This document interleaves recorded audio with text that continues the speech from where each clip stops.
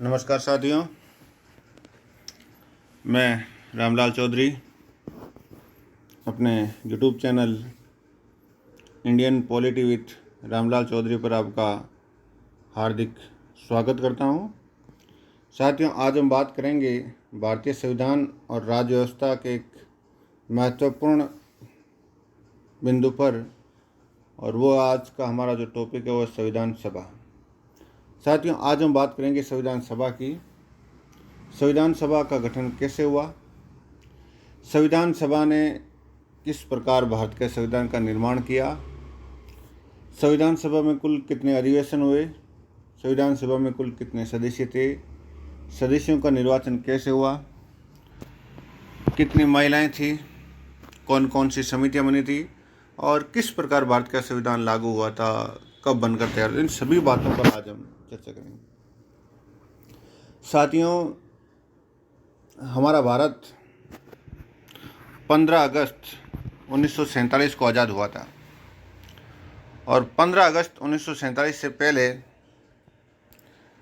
भारत पर शुरुआत में देशी राजा महाराजाओं का शासन था। और जब देशी राजा महाराजाओं का शासन था तो उस समय देशी राजा महाराजाओं के द्वारा बनाए गए कानून के अनुसार ही उस राज्य की शासन व्यवस्था चला करती थी। बाद में ब्रिटिश लोग आए, ईस्ट इंडिया कंपनी भारत आई और ईस्ट इंडिया कंपनी ने भारत के ऊपर अपना साम्राज्य कायम किया और फिर ईस्ट इंडिया कंपनी के द्वारा बनाए गए कानून के अनुसार ये भारत की शासन व्यवस्था चला करती थी। ईस्ट इंडिया कंपनी ने भारत के सभी राज्यों को अपने अधीन कर लिया था और जो ईस्ट इंडिया कानून बनाती थी उसी कानून के अनुसार भारत की शासन व्यवस्था चला करती थी। तो किस प्रकार भारतीयों ने ब्रिटिश इंडिया कंपनी से संविधान बनाने की मांग की थी और कब ब्रिटिश सरकार ने भारतीयों की मांग को जो स्वीकार किया था, इन सभी बातों का जिक्र आज हम इस क्लास में करेंगे। तो बात करते हैं संविधान सभा की। तो संविधान आधुनिक लोकतांत्रिक देशों में शासन विधान का आधार होता है। हर देश अपनी राष्ट्रीय आवश्यकताओं के अनुरूप संविधान बनाने का प्रयास करता है। संविधान बनाने का काम करने वाली सभा को संविधान सभा कहा जाता है। अब संविधान सभा कौन होती है? जो संविधान बनाने का काम करती हैं उसको हम क्या कहते हैं? संविधान सभा कहते हैं। आधुनिक काल की पहली संविधान सभा अमेरिका का फिलाडेल्फिया सम्मेलन था। तो पहली जो संविधान सभा थी वो कौन सी थी? अमेरिका का फिलाडेल्फिया सम्मेलन, जिसने 1787 में अमेरिकी संविधान का निर्माण किया था। संयुक्त राज्य अमेरिका के संविधान का निर्माण कब हुआ था? 1787 में। फ्रांस की राष्ट्रीय सभा ने 1789 से 91 में फ्रांस के संविधान की रचना की। फिर बाद में फ्रांस में भी राष्ट्रीय सभा बनी थी और जो फ्रांस की जो राष्ट्रीय सभा थी उस फ्रांस की राष्ट्रीय सभा ने 1789 से लेकर के 1791 के मध्य फ्रांस के संविधान की रचना, फ्रांस के संविधान का निर्माण किया था। इसके बाद यूरोप के अनेक देशों ने संविधान सभाओं का गठन किया और अपने देश के लिए संविधान बनाया था। भारत का संविधान भी भारतीयों से निर्मित एक संविधान सभा द्वारा बनाया गया था। तो भारत के संविधान का निर्माण भी किसने किया था? एक संविधान सभा ने किया था। और उस संविधान सभा का निर्माण किसने किया था? भारतीयों ने किया था। किन्होंने किया था? भारतीयों ने किया था। अब हम बात करते हैं भारत में संविधान की मांग। भारत में संविधान की मांग कब कब हुई थी और किन किन व्यक्तियों ने संविधान सभा की मांग की थी और अपने वक्तव्य में उन्होंने क्या कहा था ब्रिटिश सरकार से, इन बातों पर हम चर्चा करेंगे। भारत में संविधान सभा का विचार राष्ट्रीय आंदोलन की वृद्धि के साथ जुड़ा हुआ है। भारत का संविधान स्वतंत्रता आंदोलन की देन है। तो हम बात करते हैं भारत का जो संविधान है वो जो राष्ट्रीय आंदोलन चल रहा था उसी राष्ट्रीय आंदोलन के साथ साथ ही भारतीय संविधान की चर्चा भी होने लग गई थी और राष्ट्र स्वतंत्रता आंदोलन ही भारतीय संविधान की क्या है? देन है। क्या है? भारतीय संविधान की देन है। भारत में सर्वप्रथम संविधान की मांग 1895 में बाल गंगाधर तिलक के निर्देशन में तैयार स्वराज विधेयक में हुई थी। तो भारत में सबसे पहले संविधान की मांग कब हुई थी? 1895 में। और किसने की थी? बाल गंगाधर तिलक ने। बाल गंगाधर तिलक एक विधेयक लेकर आए थे, स्वराज विधेयक, और उसी स्वराज विधेयक के अंदर उन्होंने संविधान की मांग की थी। The constitution of India bill 1895 में, और उसमें कुल 110 विधेयक थे। स्वराज विधेयक में कुल कितने अनुच्छेद थे? स्वराज विधेयक में कुल कितने अनुच्छेद थे? 110 अनुच्छेद थे। फिर 1915 में गोखले ने एक उनका राजनीतिक वसीयतनामा लिखा था और उसी में उन्होंने संविधान की मांग की थी। फिर बाद में ब्रिटिश सरकार ने एक अधिनियम बनाया था, भारत शासन अधिनियम 1919, भारत शासन अधिनियम 1919। और उसी भारत शासन अधिनियम 1919 की एक प्रस्तावना थी, उद्देशिका थी, और उसी उद्देशिका में उन्होंने लिखा कि भारत का संविधान बनाने का उत्तरदायित्व ब्रिटिश संसद का होगा। भारत का संविधान बनाने का उत्तरदायित्व किनका होगा? ब्रिटिश संसद का होगा। अब उन्होंने जो अधिनियम बनाया था भारत शासन अधिनियम 1919, और उसी अधिनियम के उद्देशिका में उन्होंने स्पष्ट कह दिया था कि भारत का संविधान है कौन बनाएगी? ब्रिटिश सरकार बनाएगी। कौन बनाएगी? ब्रिटिश संसद बनाएगी। तो ये भारतीयों को ये मांग, उनके जो ये था रवैया, वो अच्छा नहीं लगा और उन्होंने इसका क्या किया था? विरोध किया था। क्या किया था? विरोध किया था। और फिर विरोध किया तो 1922 में भारत के राष्ट्रपिता महात्मा गांधी, उन्होंने कहा 1922 में महात्मा गांधी ने कहा भारत का संविधान भारतीयों की इच्छा अनुसार निर्मित होगा। भारत का संविधान कैसा होगा? भारतीयों की इच्छा अनुसार होगा। जैसा भारतीय चाहेंगे वैसा हमारे भारत का क्या होगा? संविधान होगा। न कि कोई दूसरा व्यक्ति चाहे, दूसरा व्यक्ति या दूसरा देश चाहेगा जैसा भारत का संविधान होगा। तो भारत का संविधान भारतीयों की इच्छा अनुसार ही क्या होगा? निर्मित होगा। 1922 एनी बेसेंट शिमला में एक सर्वदलीय सम्मेलन हुआ था। उसी सम्मेलन में एनी बेसेंट ने भी संविधान की मांग को दोहराया था। 17 मई 1927 को कांग्रेस का हुआ था बम्बई अधिवेशन। कौन सा अधिवेशन हुआ था? कांग्रेस का बम्बई अधिवेशन हुआ था। और उसी अधिवेशन में मोतीलाल नेहरू ने एक प्रस्ताव पेश किया था। मोतीलाल नेहरू ने कांग्रेस के बम्बई अधिवेशन में क्या किया था? एक प्रस्ताव पेश किया था। और उसी प्रस्ताव में उन्होंने कहा कि कांग्रेस कार्य समिति भारत के सभी राजनीतिक दलों से सलाह मशवरा कर भारत के लिए संविधान का निर्माण करे। अब मोतीलाल नेहरू ने कहा कि कांग्रेस जो कार्य समिति है, वो कांग्रेस कार्य समिति सभी राजनीतिक दलों के साथ क्या करे? सलाह करे, और सलाह करने के बाद में क्या करे? भारत के संविधान का निर्माण करे। अब ब्रिटिश सरकार अधिनियम लेकर के आई थी 1919 में, और उसी अधिनियम में लिखा हुआ था कि 10 वर्ष बाद एक आयोग का गठन किया जाएगा, जो आयोग इस भारत शासन अधिनियम 1919 की क्या करेगा? समीक्षा करेगा। उसी भारत शासन अधिनियम 1919 की समीक्षा करने के लिए ब्रिटिश सरकार ने एक आयोग का गठन किया था, और वो आयोग था साइमन आयोग, साइमन कमीशन। साइमन कमीशन का गठन किस लिए किया गया था? उन भारत शासन अधिनियम 1919 की समीक्षा करने के लिए। भारत शासन अधिनियम 1919 की समीक्षा के लिए 3 फरवरी 1928 को साइमन कमीशन भारत आया था। तो साइमन कमीशन भारत शासन अधिनियम 1919 की समीक्षा करने के लिए भारत कब आया था? 3 फरवरी 1928 को आया था। इस जो साइमन कमीशन के अंदर जितने भी सदस्य थे वो पूरे के पूरे अंग्रेज थे, जिसमें एक भी भारतीय नहीं था। अतः भारतीयों ने इसका क्या किया था? विरोध किया था। क्योंकि जब एक भी भारतीय नहीं होगा तो इस आयोग की किस प्रकार से समीक्षा की जाएगी? तो भारतीयों ने क्या किया था? इसका विरोध किया था। जब भारतीयों ने इसका विरोध किया और भारतीय संविधान की मांग कर ही रहे थे, तो उस समय भारत के सचिव हुआ करते बर्किनहेड। 1928 में भारत सचिव कौन थे? बर्किनहेड। बर्किनहेड ने भारतीयों को चुनौती दी कि आप मांग कर रहे हो बार बार कि हमारे भारत का संविधान होना चाहिए, भारत का संविधान होना चाहिए, भारतीय बनेंगे, तो आप ऐसा करो कि हमारे को एक संविधान बना करके दो कि हम ऐसा संविधान बना सकते हैं, फिर बाद में हम चर्चा करते हैं कि आपका संविधान अच्छा था या नहीं था। तो जो बर्किनहेड की जो चुनौती थी, बर्किनहेड की चुनौती को मोतीलाल नेहरू ने स्वीकार कर लिया था। और मोतीलाल नेहरू ने स्वीकार करने के बाद में एक संविधान बनाया, एक रिपोर्ट बनाई, और उसी रिपोर्ट को उन्होंने 10 अगस्त 1928 को ब्रिटेन की संसद में संविधान पेश किया था। मोतीलाल नेहरू ने उस चुनौती को स्वीकार किया, और स्वीकार करने के बाद में जो संविधान बनाया था, उसी संविधान को उन्होंने 10 अगस्त 1928 को ब्रिटेन की संसद में पेश कर दिया था। पेश किया, उसे हम कहते हैं नेहरू रिपोर्ट। क्या कहते हैं हम? नेहरू रिपोर्ट, जिसे वर्तमान में भारत के संविधान का नील पत्थर या ब्लूप्रिंट कहा जाता है। जिसे वर्तमान में क्या कहते हैं? भारत के संविधान का नील पत्थर या ब्लूप्रिंट भी कहा जाता है। जून 1934 में कांग्रेस कार्य समिति ने पहली बार संविधान सभा की औपचारिक रूप से मांग प्रस्तुत की थी एम एन रॉय, मानवेंद्र नाथ रॉय ने। अब यहाँ पर बात आती है संविधान सभा की। 1934 से पहले जो जो मांगे हो रही थी वो मांग हो रही थी केवल संविधान की, कि भारत का संविधान होना चाहिए, भारत का संविधान भारतीय बनाएंगे। लेकिन 1934 में एम.एन. रॉय ने संविधान सभा की मांग की थी कि एक संविधान सभा होनी चाहिए भारत में, और वो संविधान सभा क्या करेगी कि भारत में संविधान का निर्माण करेगी।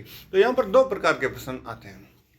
पहला प्रश्न कि भारत में संविधान की मांग सर्वप्रथम कब हुई थी, तब तो हमारा उत्तर होगा 1895 में हुई थी संविधान की मांग। और वो मांग किसने की थी? बाल गंगाधर तिलक ने की थी। और किसके माध्यम से की थी? स्वराज विधेयक के माध्यम से की थी। दूसरा प्रश्न आता है कि भारत में सर्वप्रथम संविधान सभा की मांग कब की गई थी, तो हमारा उत्तर होगा 1934 में संविधान सभा की मांग की गई थी।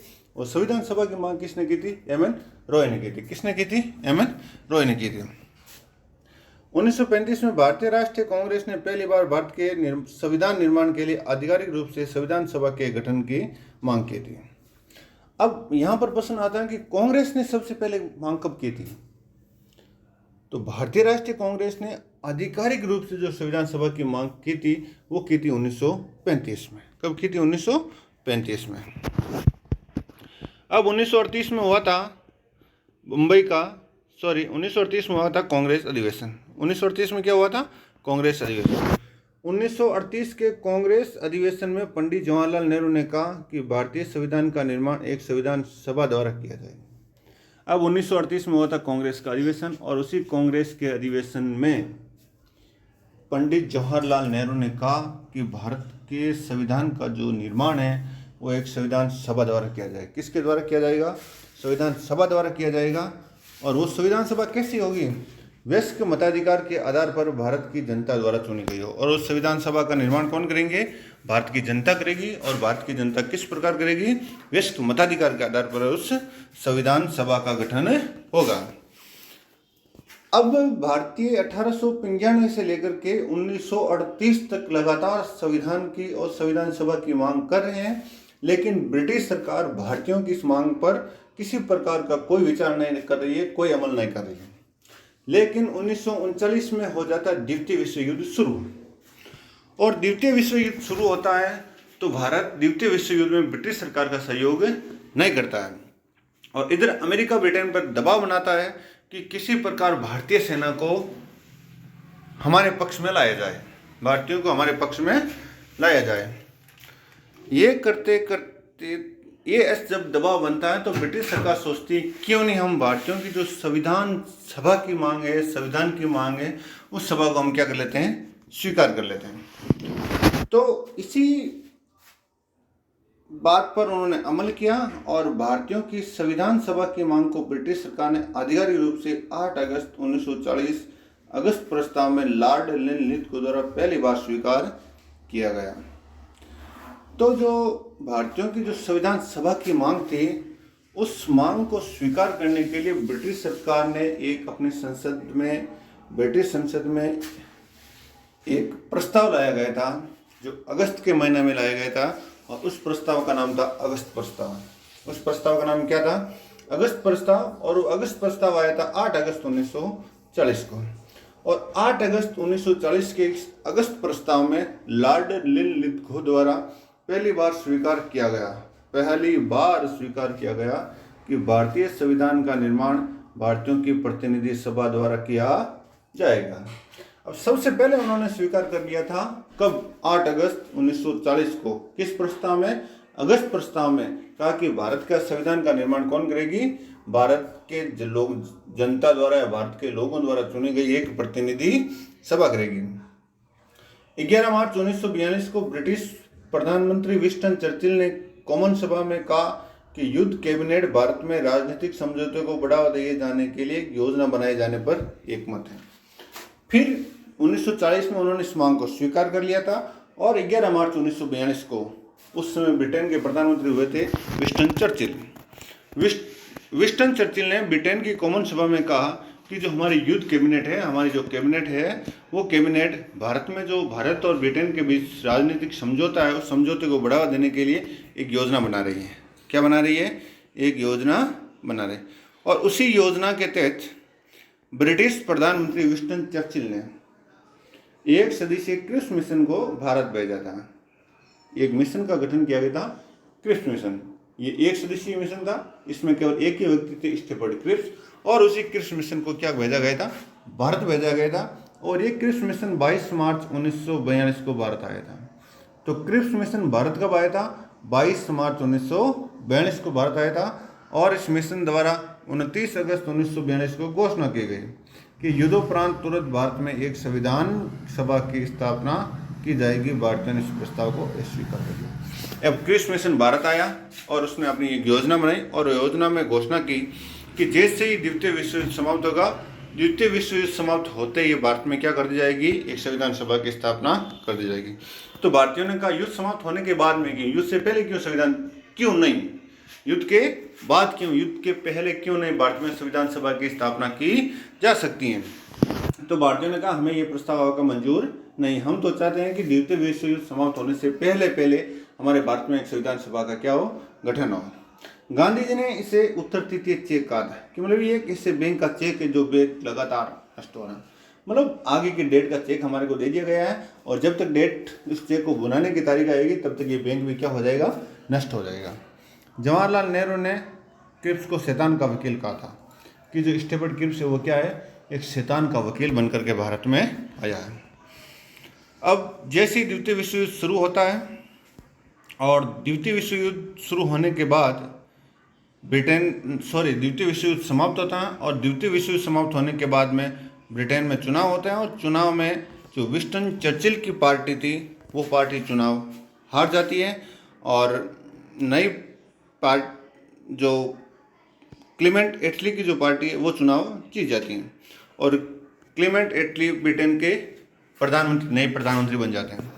तो फरवरी 1946 में ब्रिटिश मंत्रिमंडल के सदस्य और भारत मंत्री पैट्रिक लॉरेंस ने लॉर्ड सभा में घोषणा की कि ब्रिटिश सरकार शीघ्र ही भारत में स्वराज स्थापित किए जाने के संबंध में भारतीय नेताओं से चर्चा करने के लिए कैबिनेट मंत्रियों के एक समूह को भारत भेजना चाहती है। तो जैसे ही क्लेमेंट एटली की ब्रिटेन में सरकार बनी, क्लेमेंट एटली ब्रिटेन के प्रधानमंत्री बने, तो उसी समय ब्रिटेन के मंत्रिमंडल के एक सदस्य थे और जो उस समय भारत सचिव भी थे, भारत मंत्री भी थे, जिनका नाम था पैट्रिक लॉरेंस। उन्हीं पैट्रिक लॉरेंस ने ब्रिटेन की लॉर्ड सभा में घोषणा की कि ब्रिटिश सरकार भारत में स्वराज स्थापित किए जाने के लिए हम भारतीय नेताओं से चर्चा करेंगे और चर्चा करने के लिए जो ब्रिटेन का जो मंत्रिमंडल है उस मंत्रिमंडल में से एक मंत्रिमंडल का एक समूह बनाया जाएगा, उसी समूह में भारत जाएगा और भारतीय नेताओं से क्या करेगा, चर्चा करेगा। ब्रिटिश प्रधानमंत्री क्लेमेंट एटली ने 3 सदस्यीय कैबिनेट मिशन का गठन किया था और उस कैबिनेट मिशन को क्या किया था, भारत भेजा था। क्लेमेंट एटली और कितने सदस्य थे उसमें, 3 सदस्य, और 3 सदस्य ने एक मिशन का गठन, 3 सदस्यीय एक मिशन था जिसका नाम था कैबिनेट मिशन।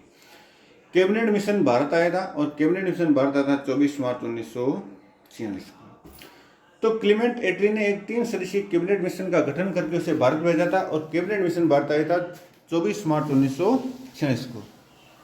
क्रिप्स मिशन आया था 22 मार्च 1942 को और कैबिनेट मिशन आया था 24 मार्च 1946 को। इसमें 3 सदस्य थे, कौन थे, एक तो पैट्रिक लॉरेंस जो था भारत मंत्री या भारत सचिव और ब्रिटिश मंत्रिमंडल का भी एक सदस्य था, एक थे एवी अलेक्जेंडर जो नौवैन विभाग के प्रथम लॉर्ड थे और एक थे स्टेफर्ड क्रिप्स व्यापार मंडल के अध्यक्ष थे। जो 1942 में स्टेफर्ड क्रिप्स आए थे वही स्टेफर्ड क्रिप्स थे। पैट्रिक लॉरेंस इस मिशन का अध्यक्ष था। 3 सदस्य थे, हम याद रखते हैं PAS के माध्यम से भी याद रख सकते हैं। P for Patrick Lawrence, A for A V Alexander और S for Stafford Cripps, S for Stafford Cripps. तो पैट्रिक लॉरेंस इस मिशन का क्या था, अध्यक्ष था। 3 सदस्यीय मिशन था, पैट्रिक लॉरेंस, एवी अलेक्जेंडर और स्टेफर्ड क्रिप्स। 3 सदस्यीय मिशन 24 मार्च 1946 को भारत आया था। भारत आए और भारत आने के बाद उन्होंने क्या किया था, तो कि भारतीयों के जो भारत के नेता थे उन भारत के नेताओं से उन्होंने वार्ता की थी, बातचीत की थी और बातचीत करने के बाद उन्होंने अपनी घोषणा को सार्वजनिक किया था 16 मई 1946 को। 16 मई 1946 को कैबिनेट मिशन ने अपनी योजना को क्या कर दिया था, सार्वजनिक किया था, जिसे हम कहते हैं कैबिनेट मिशन योजना।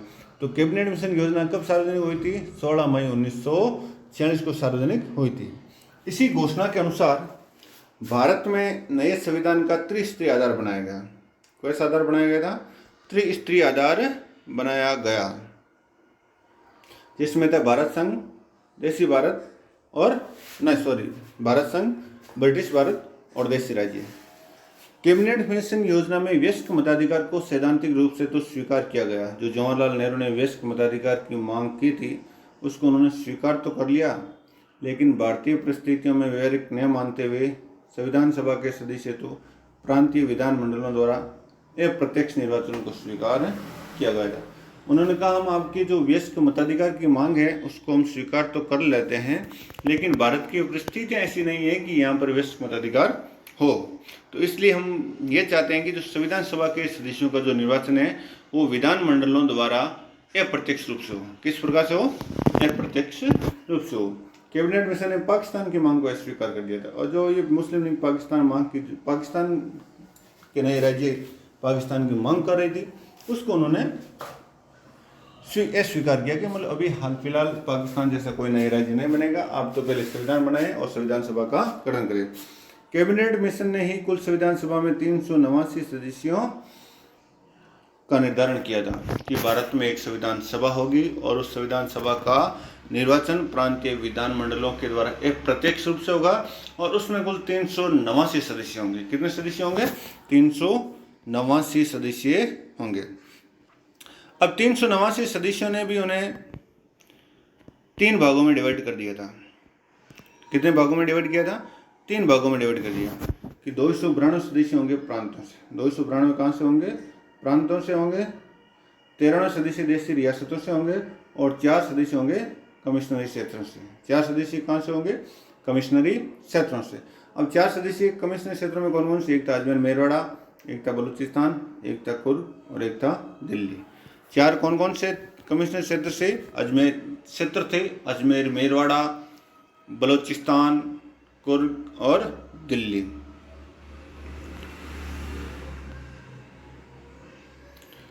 अब जो चीफ कमिश्नर थे उन चीफ कमिश्नरों में से सदस्य किस प्रकार चुने गए थे? 4 चीफ कमिश्नर क्षेत्र में अजमेर मेरवाड़ा से मुकुट बिहारीलाल भार्गव चुना गया था। अजमेर मेरवाड़ा से किसे चुना गया था? मुकुट बिहारीलाल भार्गव को। दिल्ली से पहले तो चुने गए थे आशापल्ली और बाद में चुने गए थे देशबंधु गुप्ता।